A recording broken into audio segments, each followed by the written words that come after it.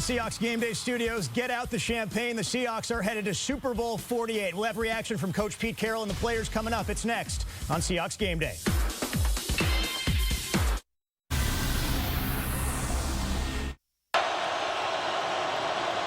Kaepernick, end zone, Crabtree, broken up, picked off. This game is over. Knocked in the air, intercepted by Smith. Off the hands of Richard Sherman.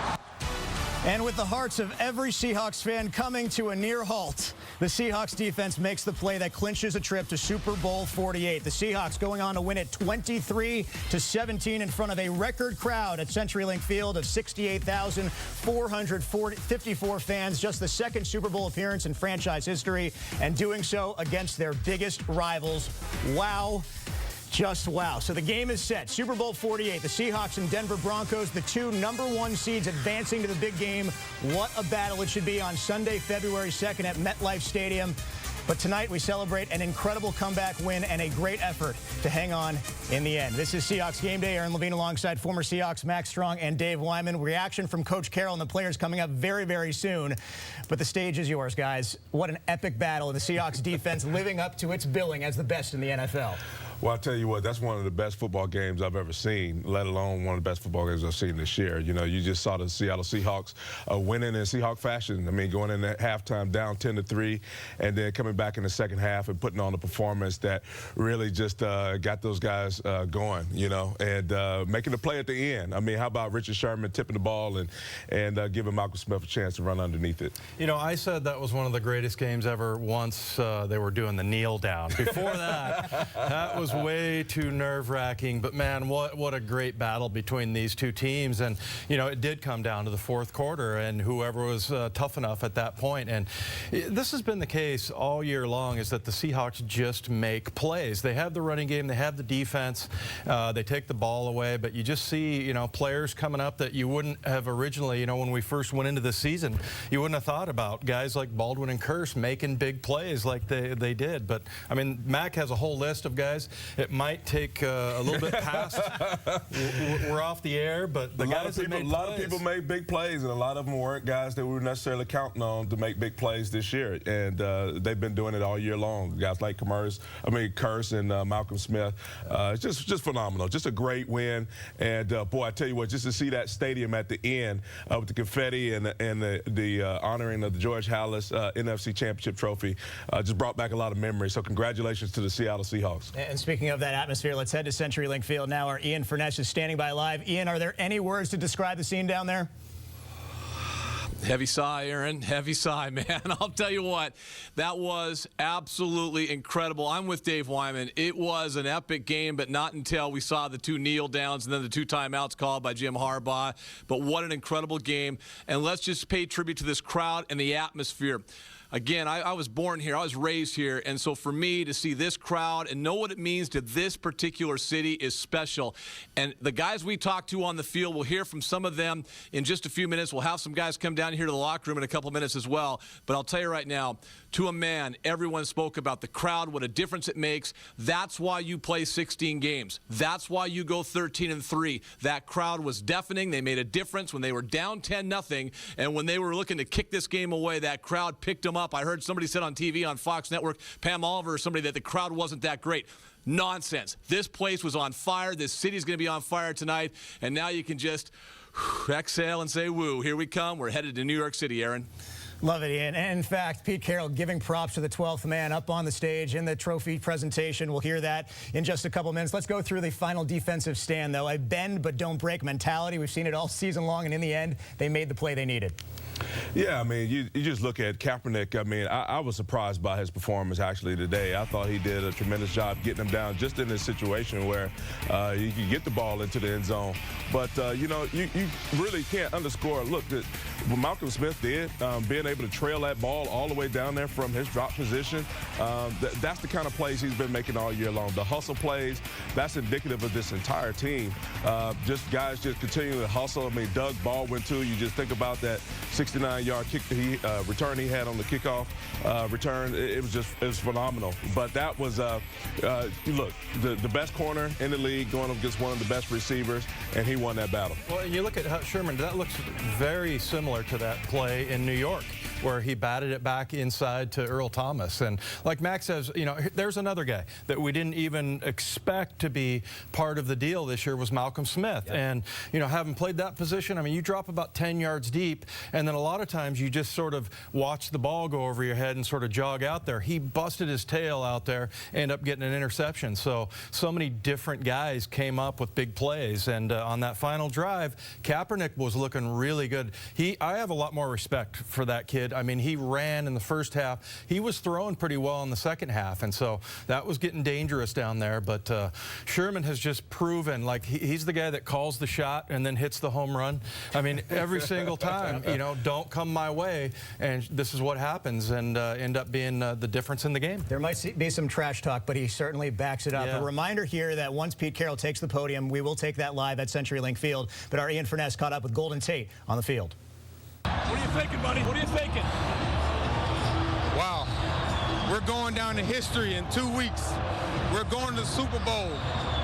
Our goal from day one to own the NFC West. And once we get here, go to the Super Bowl. Here we are. Hard work since way. Sorry for the technical difficulties there.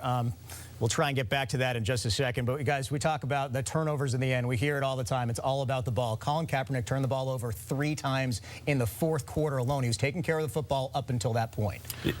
Yeah, I was going to say, too, also, they left some on the ground. Yep. You know, there was the one where somehow there's a strip sack, and it gets kicked forward to their fat center, and he jumps on it. I thought, oh, man, once that happened, I'm not sure if they were going to be able to overcome that. But, yeah, the turnovers have been huge. And what is Pete Carroll's record up to with the positive turnover ratio? 27-4 under Pete Carroll when they win the turnover battle. Yeah, and they went, what, +2 today, Mac?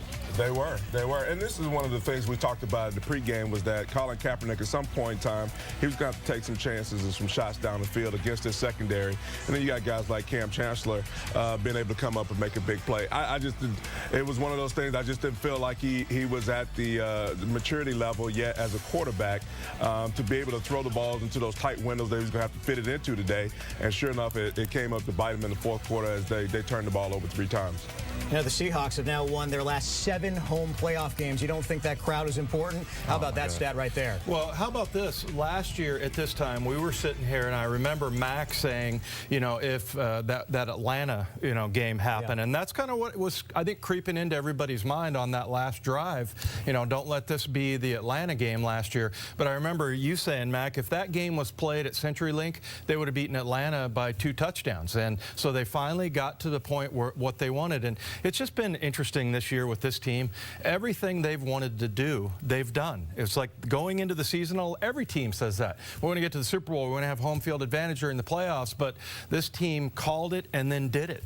And they went out and got players like Cliff Averill and Michael Bennett who have been sensational all year long. And you saw those guys on that one particular play, the sack fumble by Cliff Averill, and then Michael Bennett picks it up and carries it a couple yards. And I don't think they got any points out of it, but it was just a tremendous play, and it definitely, I think, broke the momentum that the 49ers had at the time. How fitting is it that it comes down to a final defensive stand with the #1 defense in the league? That's kind of how it has to be, right? Right. Well, and then they take it away, too. I mean, that's the other thing. And another game came down like that, the Monday night game against St. Louis. It was a 4th down play, last play of the game, and same thing. And I think with this team, that's who you want out there on the field. They're the ones that make the plays. But, you know, a lot of credit to the offense, too. And Russell Wilson had a little bit of a shaky start, and then he came back around. But, man, the defense just all year long with the takeaways. Let's head back out to CenturyLink Field. The pride of Lakewood and also Montlake, standing by with Ian Furness, Jermaine Kearse. Ian? You know, when I mentioned earlier, Aaron, as a guy that grew up in Seattle, homegrown, I watched this team back in '76. It was so exciting for a guy that grew up here and plays for the Seahawks. What does it mean to you, Jermaine Kearse? First and foremost, just got to thank God for this opportunity for us to come out here and play the sport that we all love. But just to come out here and just play with the teammates, playing for the home team, they deserve this. They've been behind us strong, 12th man strong. So it's a great feeling. I'm real excited. For a guy like you who had to work even harder to get here, free agent, I mean, you battled your way into this, and to catch a touchdown pass, a key play, a huge play in this particular game, kind of talk about the emotions and what it meant to you for that play as well. I mean, it meant a lot. I put a lot of hard work into this, and, just going undrafted, I knew I'm going to have to put a lot more work than others and just try to go out there and compete to the best of my ability, and, when my opportunity presents itself, to make the most of it. That play, it looked like on a 4th down and long that it was 4 guys going vertical. I mean, you guys were just going for it there, weren't you? Well, we drew them off sides, so we had a free play, and we're always taught when we have a free play, we're all going all verts. And I snuck behind the secondary, and Russ seen me. He threw an amazing pass. He gave me the chance he threw a pass where I could only get it. I could defend or shield the defender from the ball and be able to make a play. In the end, the offense struggled at times, but you guys had to make plays. It's kind of been the story this season, has it not? The defense comes up huge at the end. You guys do enough to get a win, just a total team effort. Oh, yeah. It's like you said, it's a total team effort. We struggled at the end, but we knew that the game wasn't going to be won in the first half. You always got to finish, and, going into going to halftime, Coach Carroll preached that it's going to come down to finishing, and, we got it together, and we made the plays that we needed to make, and we came out with the victory. For a guy from Lakes High School to play for the Seattle Seahawks and go to the Super Bowl, I say this, congratulations. Thank you, appreciate it. There you go. Jermaine Kearse from the 253 heading to New York City. Aaron, back to you. Yeah, Husky and a Coug out there, and they can both come together because they're excited about the Seahawks going to Super Bowl 48. How about the local kid, Jermaine Kearse, coming through in the clutch? Look, one of Pete Carroll's mantras is all in, which is a gambling term. And 4th and 7 to go for it in that particular situation. Yeah, they drew San Francisco 49ers offsides, but what a throw by Russell Wilson to Jermaine Kearse. And this is a young man, like I said, he's one of those guys at the beginning of the year, didn't have a whole lot of plays and opportunities last year, but boy, has he made the most of them this year. Huge 35-yard touchdown reception that got them back in the football game, and I think really turned the tide. That to me was the momentum changer right there. This play right here to Jermaine Kearse. He goes up, makes a play, and as they showed the tight copy of it, Carlos Rogers had his hands in it. I mean, you're talking about concentration. We talked about at the beginning of the broadcast and the pregame about it being a game of inches, literally inches, the way when he caught that ball through Carlos Rogers' hands. You know what, Mac? Remember last Sunday we talked about the tight margins in the playoffs, and how you have to make those kind of plays. There was a similar catch with Baldwin where it looked like a defensive back tipped the ball and he still was able to catch it. But much maligned group there, those receivers, and they ended up coming up with 215 yards in catches. Baldwin was huge, as Mac pointed out. Kearse, those guys, coming into this game, everybody was talking about that was the weakest link. And another group that tends to come back and bite Harbaugh a little bit is the ex-Stanford players. Baldwin and Sherman always seem to find some way to burn their old coach, Jim Harbaugh. Earlier this week, Baldwin said, it's not a chip on my shoulder, it is a boulder on my shoulder, and he proved it. Well, it's amazing how fast he can go with a boulder on his shoulder.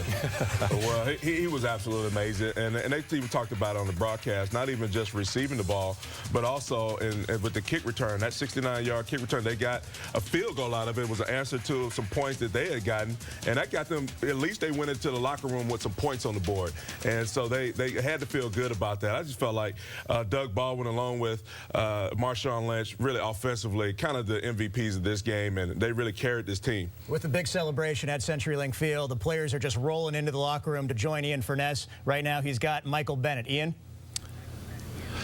Well, there is no way in the world that we would have a post-game show after a win to go to the Super Bowl without having number 72 Michael Bennett in. He's been he came in here after losses this year, only a couple of those, but after a win. Still not happy about not having a jersey back here, but we'll fix that by the time we get to New York, all right? Okay, man. I can't take it no more. All y'all in the studio, get my jersey up here, man. Hey, let's go through the emotions of this game because, as you said, the game's not won or lost early on, but at the same time, you're down 10-0. That defense had to step up, and did you kind of have confidence the offense to get it going? Man, yeah, we had confidence in it, man. I mean, Cam Chancellor just played one of the best games I ever seen a player play today. Everybody just came out and we never doubted that we were going to win. We just believed it, and we just kept going. All year they said, hey, give the defense the ball at the end. Put it in your hands. You had it in your hands. The ball was coming down, and all of a sudden you guys made a big play at the end. That's what we've been doing all week, all year, man, is making big plays. And we wanted that situation. You know, great defenses want to win those games, and we won that game up front and in the back end. And that play right there, getting the pressure, you got the ball and caught the ball, interception, which is a great play by Michael Smith and Richard Sherman. We'll see you in New York. Oh, I'll see you down there, too. Hopefully it's not too cold. There you go. Michael Bennett, Pete Carroll, Aaron, I know is speaking at the podium right now. And let's go to Pete Carroll speaking live at CenturyLink Field.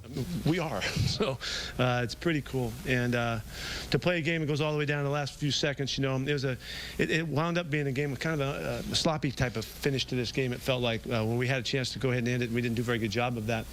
But what did happen is we threw a tremendous night of defense out there with, you know, one exception, a couple exceptions in there. You know, we really played great D again, and we needed it all the way down the stretch. And it was fitting that we would finish it there with another turnover and a great play by Richard and Malcolm to end the game.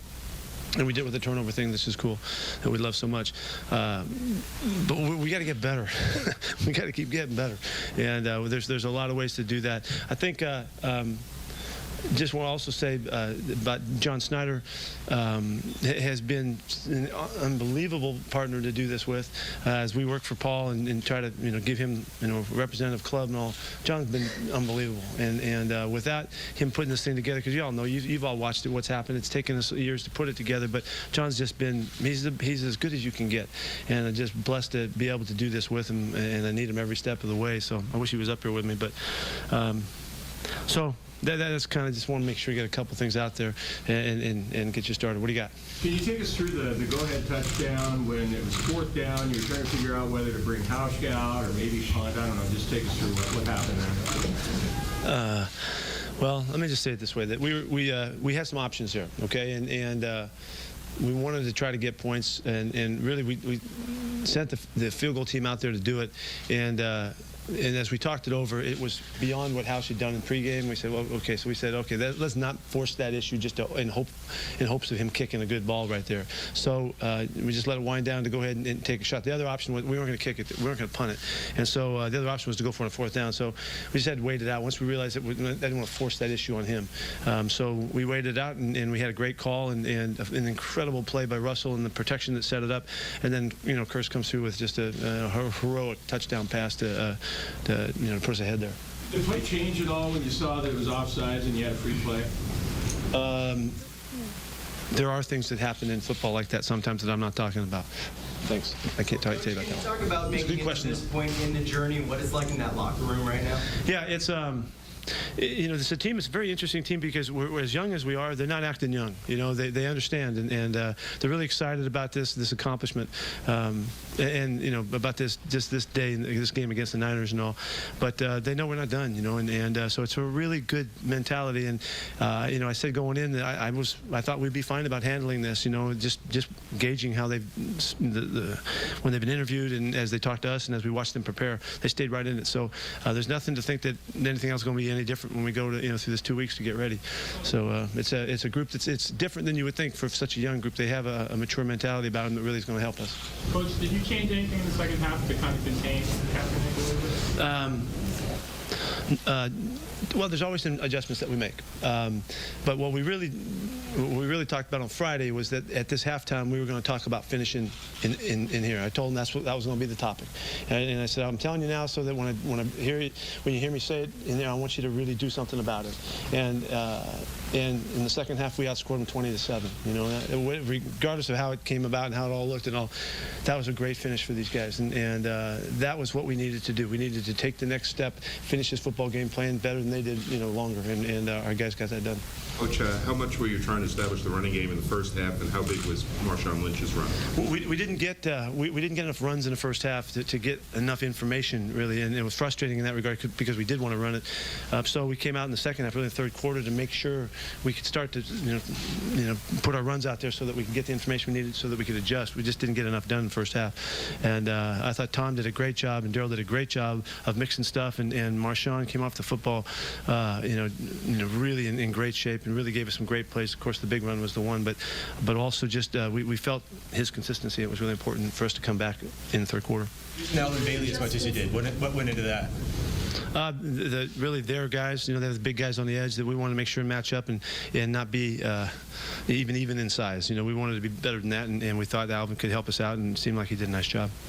What kind of adjustments did you make defensively against Kaepernick? Because he seemed to be able to do what he wanted in the first half, and then you were able to shut him down. Yeah, we were forced to have to keep our eyes on him. You know, we had to play more zone just to make sure that we could see him, and so that we could come out of coverage to tackle him.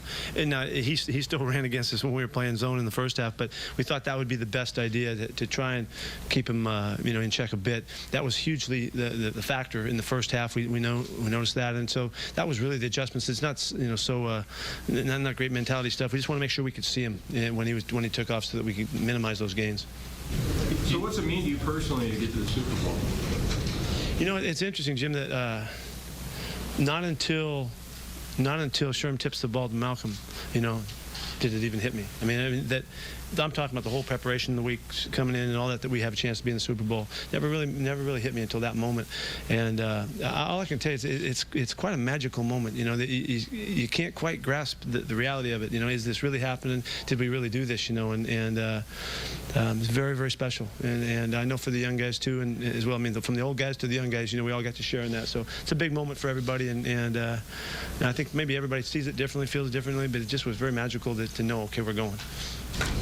Now that you've gotten to that point, getting there in 4 years, I mean, when you took over, you envisioned this was always possible, could always happen this fast? Well, I'm always going to answer that the same way and tell you that I want to do it the first year, you know, because that's what my mindset was, and it didn't work out. You know, we did 7 and 9 and kind of sneak our way into the playoffs that time. But this is exactly where we had hoped to be, and these guys have heard nothing but that for years here. That this is and it started with you know, taking charge of the NFC West. That's where this begins, because of this opportunity to play at home, and so that we can capitalize on that, you know, and so it never happens quite quick enough, but we're grateful that finally we have this chance. There was a lot of anticipation about two big-time defenses and a bit of a slugfest. There were some hellacious hits in that game. Can you compare that to anything that you've been through before in terms of physical football games? Well, yeah, there's a lot of games we've had over the years. I mean, every time we play these guys, it feels like that. But it was a physical game, and I thought the game was officiated in a way that you know, really allowed the nature of the two teams to play. And I don't know what they would have done otherwise, but it just seemed that it was cool that happened. There was some great hits and some great tackling. We played the run great tonight, except for Kaepernick. And you know, the yards don't look like it, but one of the best nights we've had. You know, back maybe that Rams game was like this. You know, at the line of scrimmage, it was a great game for the guys up front. This defense has talked a lot about wanting to be legendary and wanting to be one of the best in the NFL. You can't probably imagine a better opportunity now than getting to take on Peyton Manning and the Broncos. Yeah, I think it's an extraordinary opportunity to go against the guy who set all the records in the history of the game, you know, and the incredible production that they've put up this year. You know, what a great challenge, and he deserves to be there because of what he's done this year and with his team and that whole club. But you know, we're not going to take this challenge lightly. You know, we're going to go after this thing, and we're not going in this game any other way but thinking that we're going to win. And these guys don't know any other way. So it'll be a great matchup. We're grateful that you know, whoever came out of the AFC, we loved. You know, if it was Brady and those guys, we'd love that too. But what a great matchup to go to New York. Pete Carroll on the heels of winning an NFC Championship will have much more reaction as the Seahawks are headed to Super Bowl 48, a chance for the entire city of Seattle to celebrate. You earned it, 12th man.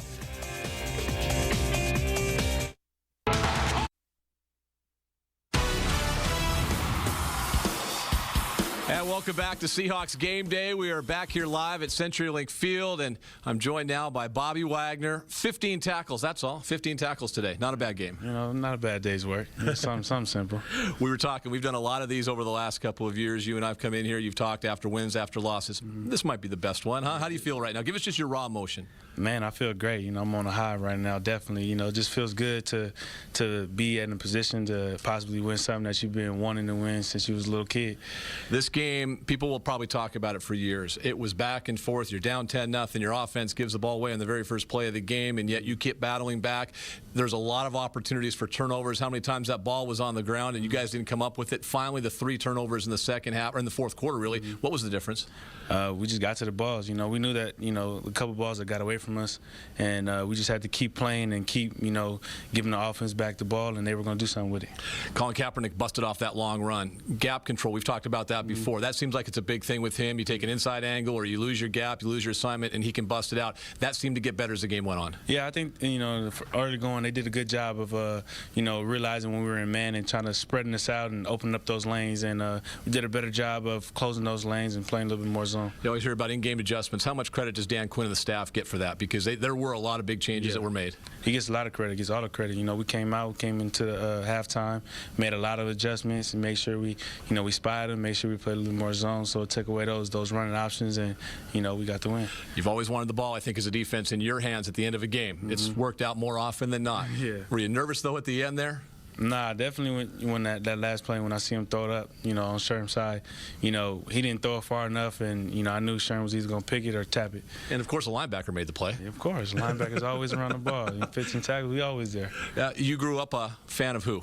I grew up a fan of the Chargers. I thought it was Denver. Nah, my boy plays for Denver. We grew up, we grew up together, like right down the street, and he got drafted the same year I got drafted, and he plays for Denver, and I play for Seattle. So who's that? Omar Bolden. So now we going to the Super Bowl. Let me ask you finally this, Bobby. When you look at where you've come from, a guy that went to Utah State, helped turn a program around really at Utah State, you and Robert Turbin, but it's a long way from Logan, right? Yeah. What's going through your mind right now knowing you're going to the Super Bowl? Man, it's just crazy. Think 2 years, 2 years ago I was at Utah State. I think we lost the bowl game, and now I'm, got a possibility to win the Super Bowl. So it's crazy. 15 tackles, big game by you. Congratulations. We'll see you in the Big Apple. Thank you. Wagner, huge game again for him, Aaron. Big plays by the defense all game long. Yeah, and no 2 tackles of those 15, Ian, that we were talking about early in the game. Bobby Wagner stopping that Niners' very first drive and forcing them to kick a field goal after that Russell Wilson turnover early on. Yeah, well, and first of all, like he said, linebackers on the evolutionary scale are way up here. Fullbacks are maybe down in here. Even lower, Dave. Wagner on that, he has so much athletic ability. There's no middle linebacker in the NFL like him.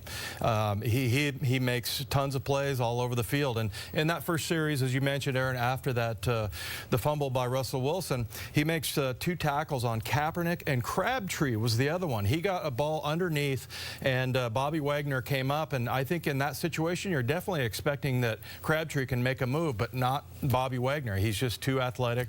He has a tendency of coming right down the middle of people in open field. He's very good at that. Where are fullbacks on the broadcasting evolutionary scale? I think they're pretty much up here, right? They're a little bit above linebackers, but I will not argue with that. That's a whole nother argument. Pete Carroll giving props to general manager John Schneider, the way that the two have collaborated to bring this team together over the last couple of years. We were talking in the break about free agency. Huge free agent pickups this offseason, Dave. Yeah, well, you look at Averill and Bennett. And I was really excited about Michael Bennett when they got him. I liked him the first time he was here. They cut him. That was back in 2009, though. But now Averill is up to 9 sacks, and I think 6 of them are strip sacks. He is amazing at that. And actually, Bennett is now up to 9.5, and he's got a couple of strip sacks, so forced fumbles. But those 2 guys have been great. And they don't even start. They don't start on this defense. They come in like a 6th man off the bench in basketball, and they have made tons of plays. I love it, just the way that those guys play on defense. I also love the fact that, next week we already heard from Pete Carroll that said that they have the opportunity to go to the Super Bowl, that they'll get Percy Harvin back. So now he's back into play. You got this guy to get you over the hump and get you to the Super Bowl and get you a Super Bowl win. Now he actually has the opportunity to do that. I think, to me, he's my early favorite to be the X factor in that particular game, especially since we haven't seen a whole lot of them this year. And then the draft picks. Let's take a look at those draft picks in 2011 and 2012, because there are so many key impact players on these 2 lists that made plays not only today but throughout the entire season. Bobby Wagner, you just heard from him. Russell Wilson in the 3rd round a couple years ago. Robert Turbin, Jeremy Lane, J.R. Sweezy on the offensive line. Then you go back to 2011, Richard Sherman, Byron Maxwell, and then Malcolm Smith. How about the Sherman-Smith combination that clinches the Super Bowl for the Seahawks earlier today? There are a lot of starters right there on that list. That's probably almost half the team, or at least half half the playmakers on his team. And you throw in the fact, you know, Doug Baldwin, the free agent guy who played as well as anybody did today. He's a big reason why they were able to come up with this win. Yeah, they've just done a very good job. And, you know, we talked about, again in the pregame, just about how they were able to get these late round picks, and they were able to develop these guys, develop the talent that was there. These guys were raw. They had all the raw materials, but they were like clay in these coaches' hands, and they've done a great job of developing them, getting them to a point where they could win the NFC Championship and get them to a Super Bowl.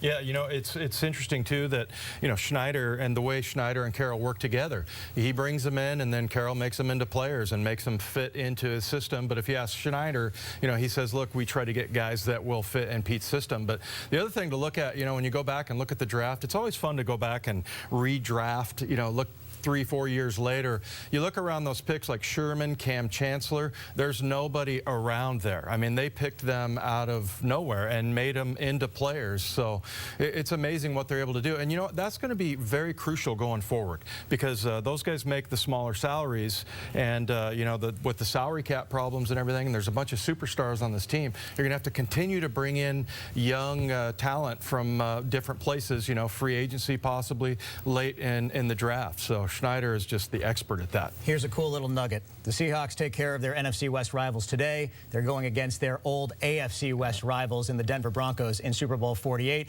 We've got Ian with Cam Chancellor coming up after the break on Seahawks Game Day, following a Seahawks 23-17 win over the San Francisco 49ers.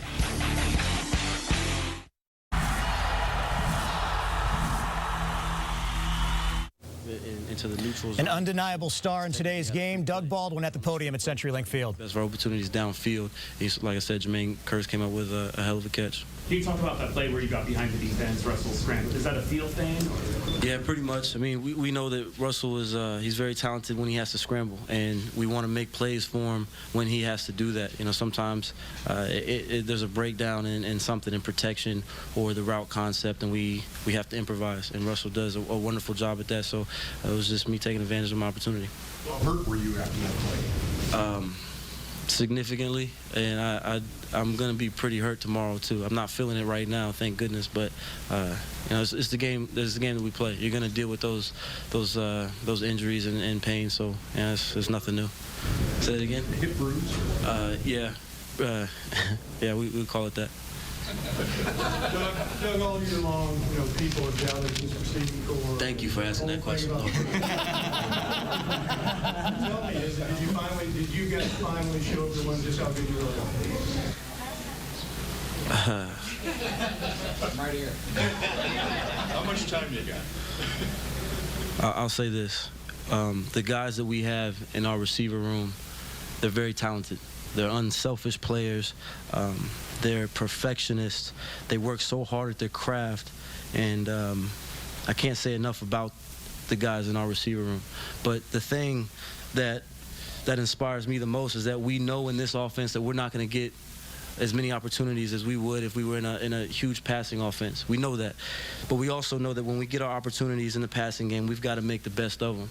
And you saw that tonight, and you've seen that all season long. You know, it's no different. We've been doing the same thing, and it irritates the hell out of me when we got guys that constantly want to talk about our receiving corps, talking about we're average, we're pedestrian. Well, guess what? We're going to walk our ass to the Super Bowl, pedestrians. And you know, I got a lot of respect for Keyshawn Johnson and Chris Carter and what they did on the football field when they were playing. But you know, the game was at 3:30 today, so I had some time to go home and watch ESPN, and they were on there talking about, you know, Russell Wilson was struggling, and the reason why he was struggling is because the receiving corps is their appetizers. You know, I'll take that. I'll be an appetizer, but that's a good-ass appetizer, if you ask me. Sorry for my cussing. I had to let that out. You're also live. That's fine. Keep going. Keep going. Next question. What were you thinking when Malcolm catches the ball? What's going through your mind? Say it again. When Malcolm catches the ball for the interception, what's going through your mind? We're going to the Super Bowl. You know, that was pretty much it. I mean, like I said, I expected that from our defense. And in crucial situations, they've always made plays like that. You look at the Houston game when we're down 24 points, and Sherm comes up with a pick six to put us back in the game. It's no fluke. That's what they've been doing all season. So, you know, it's no different. I understand that he's your teammate and all. We've asked you about him for weeks and weeks and weeks. Percy Harvin? Yeah. Yeah. Does it mean just a little something extra that you won this game without him? No. You know, I mean, I think that we've been doing it all season. You know, and no offense to Percy. Percy's my boy. I love him to death. But you know, we're pretty good. You know. We were pretty good before we got Percy, and we're even better with him when he's on the field. So, you know, I love him to death, and I hope they can get healthy in time for the Super Bowl, which I'm pretty sure he will. And you know, like I said, we've got talented guys right now, but when Percy's in, he just adds another element to us, and we, like I said, you got good guys all the way around. You mentioned this week that the Stanford thing was almost an accident. You're undrafted coming into the NFL. Have you had a moment to reflect on how far you've come? No, not yet. I mean, you know, I guess it's a good story, but at the same time, I'm focused on what's next. You know, I'll sit back and relax and review all that stuff when I retire from the game of football. But right now, I'm focused on what's next. Worry at this moment? No, not at all. Okay. There he is, your average pedestrian receiver, Doug Baldwin, with just an average pedestrian 6 catches for 106 yards tonight, and that average pedestrian hip bruise that hopefully he's going to recover from pretty quickly. He was able to recover today and play in spite of that injury and do incredibly well for the Seahawks. Well, I'll tell you, I love Doug Baldwin, and we've never considered a pedestrian on this show, that's for sure. We've always talked about he and Golden Tate and Jermaine Kearse and how these guys are, even though they don't and are not in the passing offense per se, and they get a ton of balls every week, they do something with it when they get it. They are one of we're one of the most explosive offenses passing the ball in the National Football League, even though we don't throw it that much. And I feel like we get a lot with the little. And so I really appreciate what he said, because he made that point, and it really shows why all these guys are hungry. All these receivers, they know the opportunities are going to be few and far between. So when they have the chance to make a play, they go up and make it. You know, I heard the national guys giving him a hard time all week, and I was like, good, just keep heaping it on him, because Baldwin just, you know, he feeds off of that stuff. But, you know, it's funny when the national guys come in from the outside, you look at the passing game, and there's not big numbers there. And that catch right there was one I was talking about earlier, the concentration on that, to go through another guy's hands and still be able to make that catch. Baldwin has just been amazing this year. And the one thing about him is that I've found that he had the highest catch-to-target ratio of any receiver I could find in the NFL. So, for instance, today he was thrown to 7 times. He caught 6 of them. That's been the case almost all year with him. And same with Kearse and Golden Tate too. They're very high. You know, usually it's around 67, 70%, something like that. He was above that rate. So when you throw the ball, he's going to catch it. So you got to love having that guy. And again, talk about the draft and all that stuff. That's a free agent. Free agent making those plays. And let me tell you something. He's a great safety valve for Russell Wilson and security blanket. I just keep thinking about those toe taps that he's made on the sideline countless times this year as well. I mean, this young man, I tell you what, a lot of receivers that come here can learn a lot from him. Well, the USA Today article, the background here is that article said the Seahawks receivers might be the reason the Hawks don't make the Super Bowl. Well, guess what? They're a big reason the Seahawks did make the Super Bowl this season. Let's head back out to CenturyLink Field. Ian Fournette standing by with safety Earl Thomas. Ian? Well, Earl, here you are, Super Bowl bound. You got an NFC champion hat on right now. What does it mean to you? I feel so good. Just for the opportunity. That's all you can ask for in life is an opportunity, and we definitely have that. And to see us write our own story as a whole team, not individually, just see those words and what we always talk about as a group come to life, that's so special to me. It's an interesting way to put it, because this particular football team, it seems like there was somebody different each and every week. Jermaine Kearse with a huge play, Doug Baldwin on offense, Marshawn goes over 100, Baldwin goes over 100 yards receiving. In the end, the defense, different guys made plays. That's kind of the whole philosophy of this football team. Definitely.